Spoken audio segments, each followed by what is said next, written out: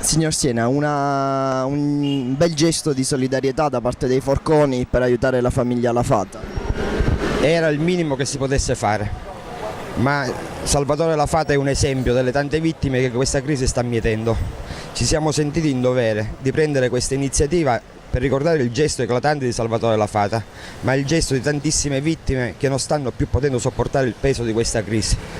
Purtroppo l'abbiamo fatto come gesto simbolico, visto che le istituzioni sono latitanti. Io sono stato al funerale di Salvatore La Fata che non conoscevo neanche la famiglia, e ho visto una chiesa piena di dignità, di una famiglia piena di dignità, però a questa pienezza di dignità non hanno risposto le istituzioni, non c'era nessun uomo politico presente ai funerali di Salvatore La Fata. E allora questo mi ha fatto scattare la molla a me e a tutti i Forconi di fare un gesto significativo di solidarietà, non con le bandiere a mezz'asta, perché le bandiere a mezz'asta non portano né pane, né lavoro e neanche dignità. E allora questi sono i gesti che la gente vuole fatti e non più parole. Le parole siamo stanchi.